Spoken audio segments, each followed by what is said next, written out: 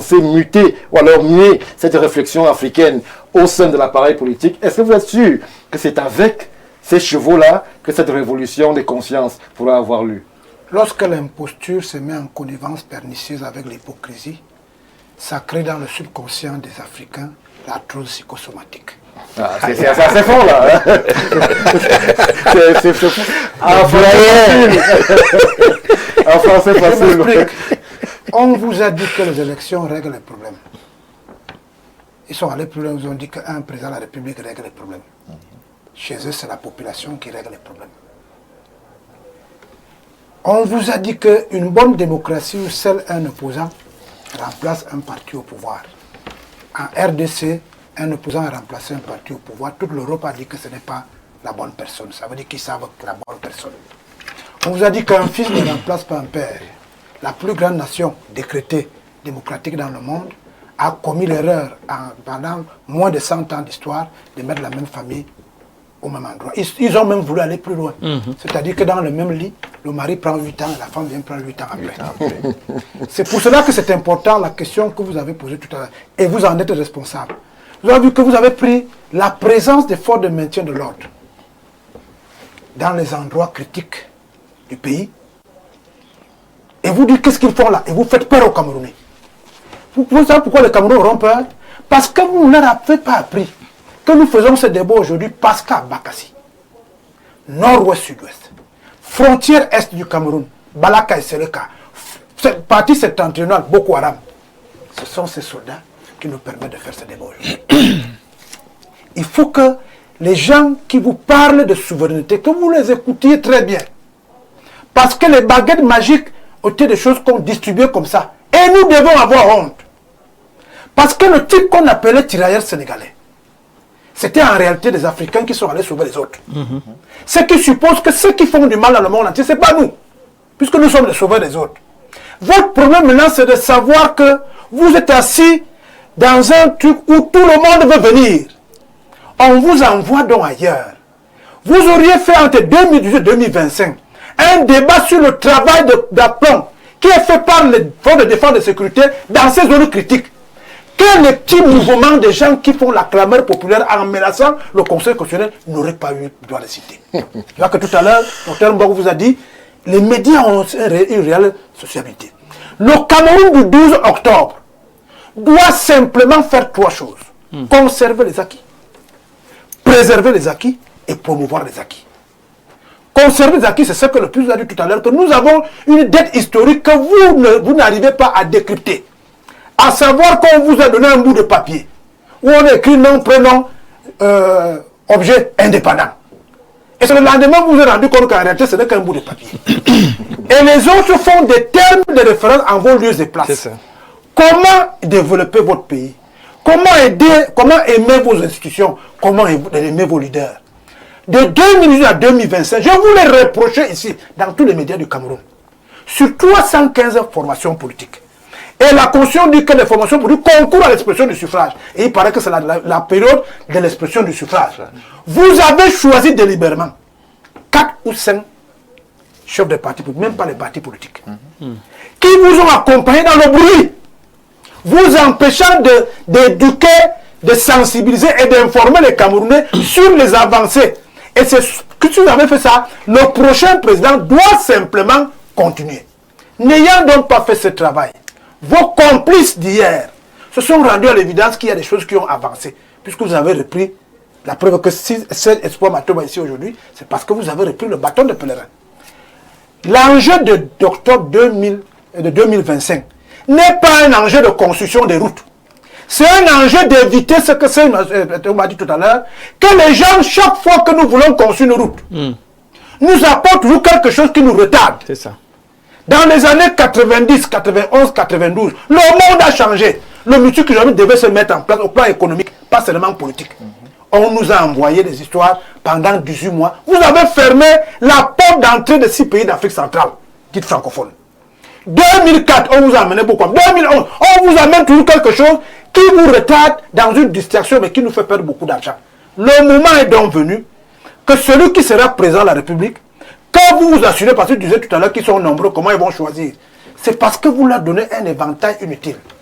Si vous dites à quelqu'un que 2025, 12 octobre jusqu'à 2032, vous êtes là pour faire en sorte que le Cameroun soit effectivement indépendant économiquement, ce qui suppose le débat sur le franc CFA, le débat sur les accords de partenariat économique, le débat sur la multiculturalité économique, c'est-à-dire que le Cameroun peut prendre la Chine, peut prendre les États-Unis. J'ai interrogé les programmes, doyen Bikoro. Le candidat du PUS a dit qu'il portait en lui justement cette chaîne de souveraineté. Est-ce qu'il va pêcher seul? Non, je vous ai félicité tout à l'heure. Le poste de président de la République est une rencontre d'un individu face au peuple. À ne pas faire de confusion. Maintenant, sa capacité à construire le pays, chacun et avec tout le monde, c'est ça qui fait donc l'engouement. Le programme dont vous faites allusion, c'est un programme d'adhésion. Et si vous ne donnez pas la possibilité aux gens de promouvoir leur programme, de faire connaître les idéologies, je crois que c'est un peu tard, mais au moins les programmes, ils peuvent marcher. Oui. Et je vous dis que vous ferez bonne figure en poussant les candidats à ne s'occuper que de la chose la plus importante du Cameroun aujourd'hui, c'est que le cacao ne soit pas bénéficiaire uniquement pour les autres, que la femme de Fodjomokot qui peut vendre son plantain, que les jeunes dont vous êtes, vous prenez vos salaires qui sont des essuyeurs de Camerounais, que vous n'alliez pas dans les grandes surfaces alors que vous allez à Bombi, à Fodjomokot pour acheter quelque chose. Et que vous leur disiez que ce pays est en train d'avancer, il y a des gens qui se battent pour ça, comme les pères fondateurs à l'époque. Et comme je vous disais tout à l'heure, au rendez-vous du donner du recevoir, vos congénères vous poseront la question pourquoi le tyran sénégalais, un analphabète, a pu changer le cours de l'Afrique. Et vous qui avez acquis des connaissances, des savoirs savants, vous continuez encore à discourir sur des choses qui ne les intéressent pas. Merci, doyen. Alors, Jean-Maurice Mbok, en termes d'offres, beaucoup d'interrogations, mais surtout en termes de propositions pour l'avenir. On a l'impression que les questions de souveraineté, les questions de monnaie, les questions du rapport de force, de bilatéralisme, multilatéralisme, autant pour moi, sont relégués pour des questions, excusez-moi, triviales. On estime que c'est notre tour de manger, on estime qu'on doit avoir une rotation du pouvoir, on estime que tel a trop duré, il est vieux, il est jeune, et on s'en limite à ça, alors que certainement les défis sont ailleurs. Lorsque l'on observe le boom qu'il y a, par exemple, en Asie, par rapport au continent africain. Le président Matomba a bien posé la question de savoir si on était prêt pour la démocratie. Moi, c'est une question qui m'a particulièrement touché parce qu'en fait, nous sommes des Bantous. Et chez les Bantous, on connaît le rôle de la notabilité dans sa globalité. C'est-à-dire que pas juste quelques notables, mais l'esprit de la notabilité. L'esprit de la notabilité, c'est de réfléchir à ce que le village ou le royaume trouve ses moyens propres pour se développer et donne de la force au roi pour qu'au niveau régional, il y ait ce rayonnement-là. Aujourd'hui, en Afrique, on a d'abord besoin de rentrer à une notabilité. C'est ce que les autres appellent shadow cabinet. Des gens qui s'asseyent et qui réfléchissent à la matrice. Mais il y a des conseils techniques partout. Non, laissez tomber, laissez tomber, laissez tomber, laissez tomber. C'est-à-dire qu'aujourd'hui, on parle de souverainisme, par exemple. Ce n'est pas là qu'on appelle un socialiste. Puisque notre matrice doit être construite. Le socialisme va être ce saupoudrage qu'on mettra plus tard pour les relations internationales. Chacun doit avoir un rôle à jouer. Mais à la base, puisqu'on doit avoir une identité, on doit avoir une forme, on doit avoir une vision, on doit avoir une orientation. Ça ne se construit pas le shadow cabinet. Le problème de l'Afrique, c'est que nous voulons nous définir sur les plateaux télé. Nous voulons nous définir sur les conférences. Nous voulons nous définir sur les conférences Chine-Afrique. Un pays, les sommets Chine-Afrique, Russie-Afrique. Donc un pays reçoit tout un continent. Et puis c'est là que vous venez essayer de... Non, je n'ai même pas vu de parler des autres là. Donc ce que j'essaie de dire, tout simplement Stéphane, c'est qu'à un moment donné, il n'y a que les idiots qui ne changent pas d'avis. Et j'ai l'impression que beaucoup d'hommes politiques n'ont pas compris pourquoi ils font la politique. Acteurs politiques, je préfère. Bon, acteurs politiques. Quand on choisit de faire la politique, Stéphane, on rentre dans la notabilité de la matrice, de la conception, de l'organisation de la nation. On ne va pas en politique absolument pour être le chef de l'État. On va en politique pour apporter sa pierre à l'édifice, de manière à ce que demain, après-demain, 10 ans, 20 ans, 30 ans, que je puisse être satisfait, que j'ai apporté quelque chose qui a transformé radicalement le visage de mon pays.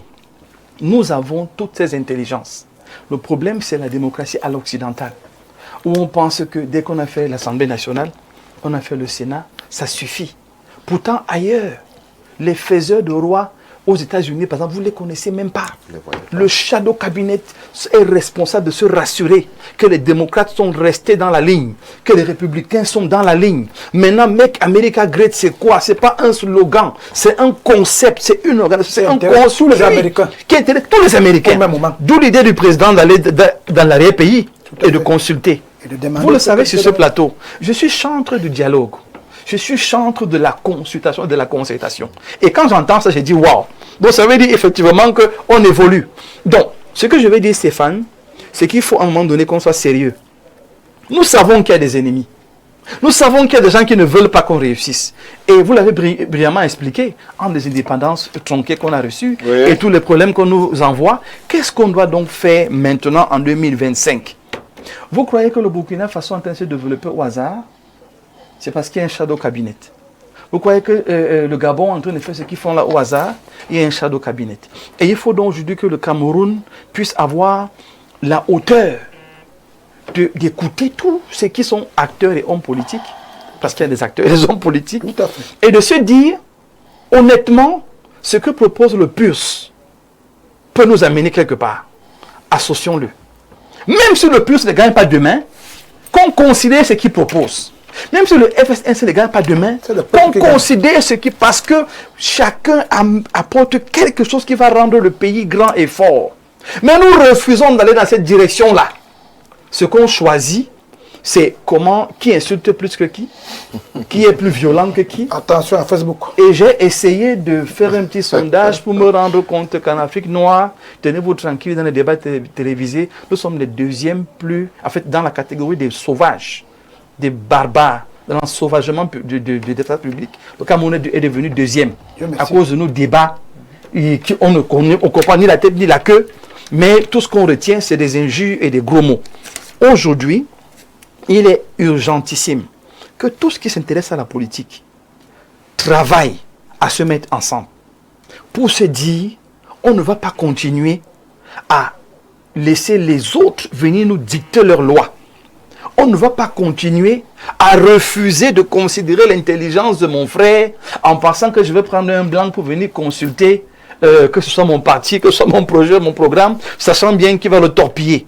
Il est urgent que l'Afrique comprenne que ce n'est pas la Russie qui va la sauver, ce n'est pas les États-Unis qui va la sauver, ce n'est même pas la France, ce sont les intelligences intérieures. Merci. On va, puisque nous avons un candidat à la présidentielle, lui justement donner encore l'opportunité de s'exprimer, de mieux préciser et expliciter son offre aux Camerounais. Alors, les soucis des Camerounais, Serge Espoir Matomba, vous avez parcouru l'arrière-fond du pays, vous les connaissez. Que leur répondez-vous? Parce qu'ils sont nombreux qui m'interpellent là sur nos différentes plateformes. Qu'est-ce que le président Matomba nous propose en termes, par exemple, d'emploi pour la jeunesse? Vous savez que c'est un problème qui mine quasiment près de 60% de notre tissu social, la question de l'emploi jeune. Qu'est-ce que vous proposez de façon claire et précise pour que ceux qui nous regardent en ce moment, et ils sont des millions, là je peux vous le rassurer, puissent se tourner vers vous en termes de propositions pour l'emploi jeune? Avant de répondre à votre question, permettez-moi de faire un petit parallèle. Vous savez, j'ai eu envie de me lever et de quitter votre plateau. Oui.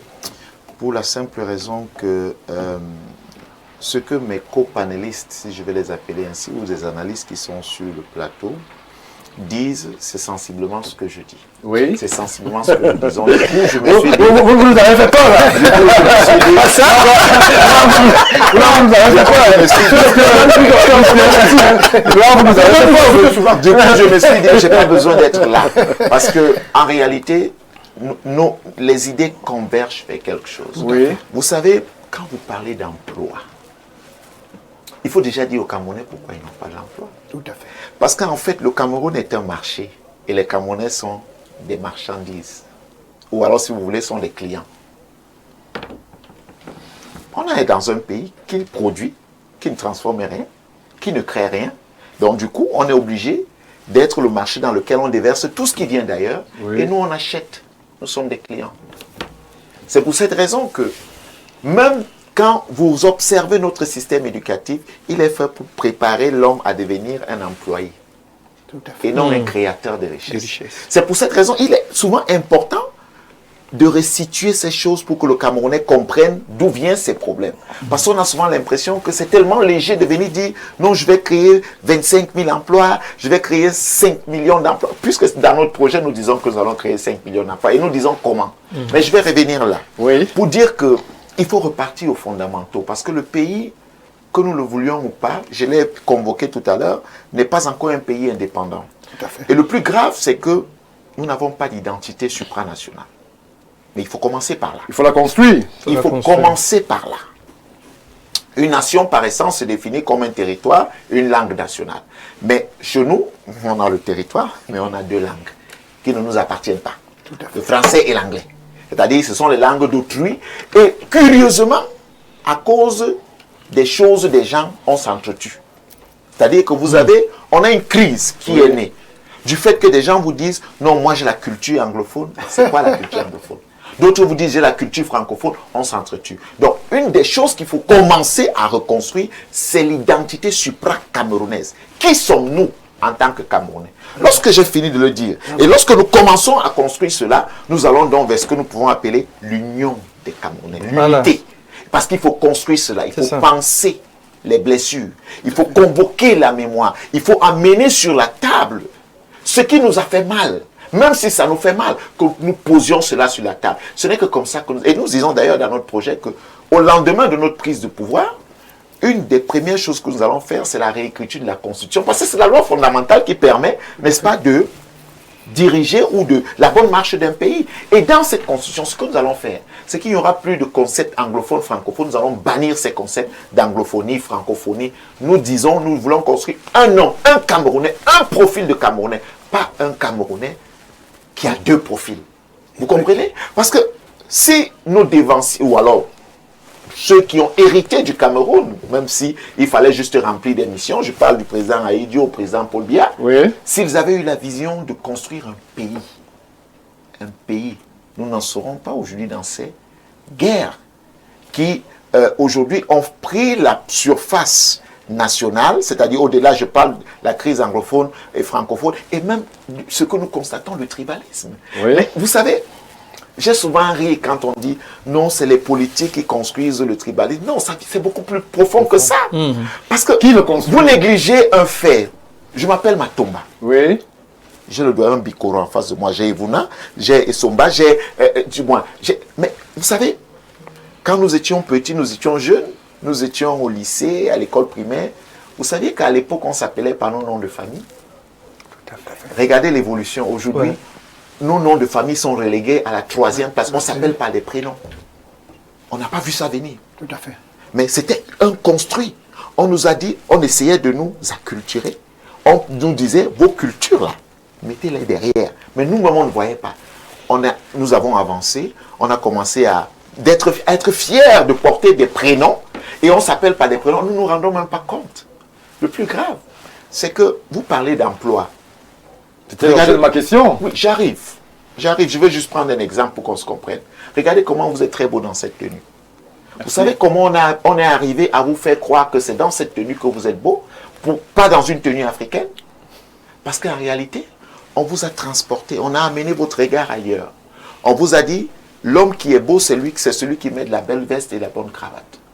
La conséquence directe, c'est que vous produisez du coton. La grosse quantité du coton, vous l'exportez. Vous ne développez pas une industrie du textile au Cameroun qui pourrait créer plus de 50 000 emplois en quelques jours. Bravo.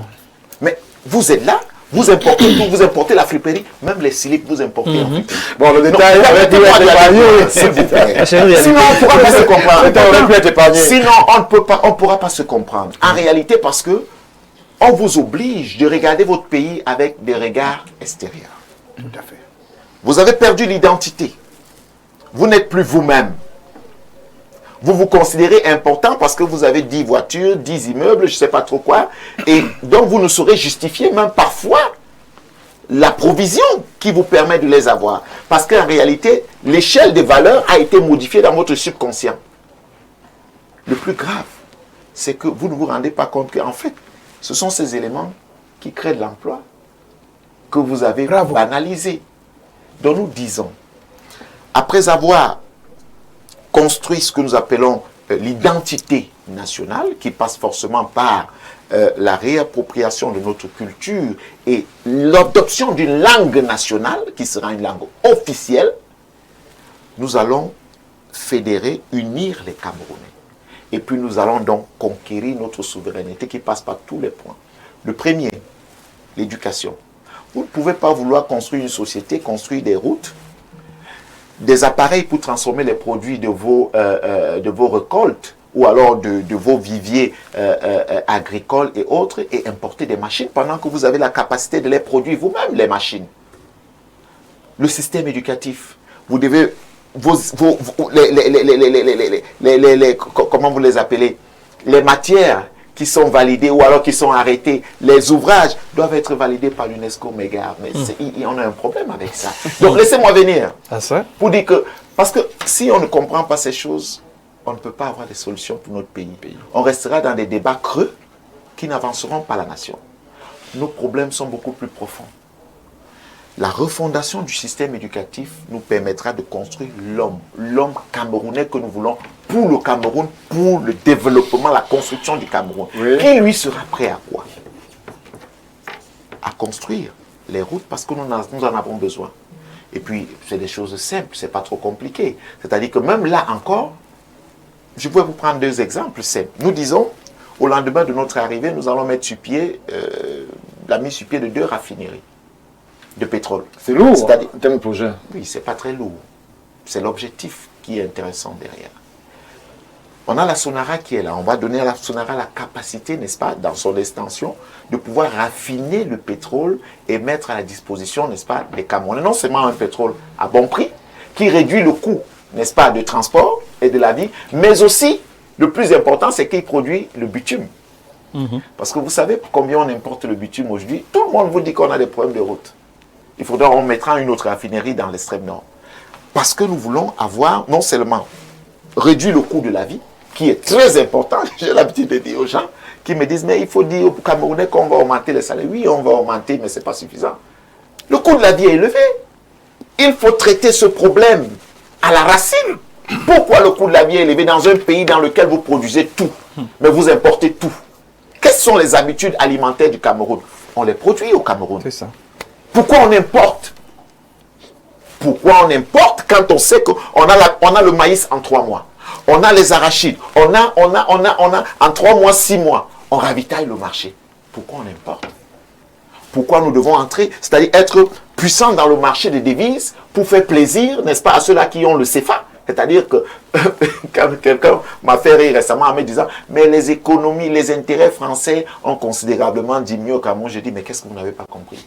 Ils n'ont même pas besoin d'avoir une boutique, comme ils en ont un peu partout. Le simple fait que nous utilisons le CFA, c'est largement suffisant pour qu'ils fassent beaucoup d'argent chez nous. Mais nous avons besoin de générer, de créer de l'emploi. Nous avons besoin de transformer. Ça passera forcément par la transformation de nos produits. Ça passera par la mise sur pied de l'industrialisation du Cameroun, qui passe d'abord par l'indépendance énergétique, par la construction d'une véritable éducation, qui dit aux Camerounais, tu dois être un modèle dans le monde, pas en Afrique. Ouais. Parce que pour le pays que nous avons, pour le pays que je parcours, pour les richesses que nous avons, je suis désolé de le dire, il n'y aurait pas un citoyen du monde qui va égaler un Camerounais. Si nous commençons à faire exactement ce que nous avons à faire pour le Cameroun, et puis vous verrez ce que le Cameroun deviendra dans le monde. C'est inacceptable ce qui se passe. Quand je le dis, si vous ne me laissez pas... Non, on va essayer. Le temps va nous manquer. Monsieur le Premier, c'est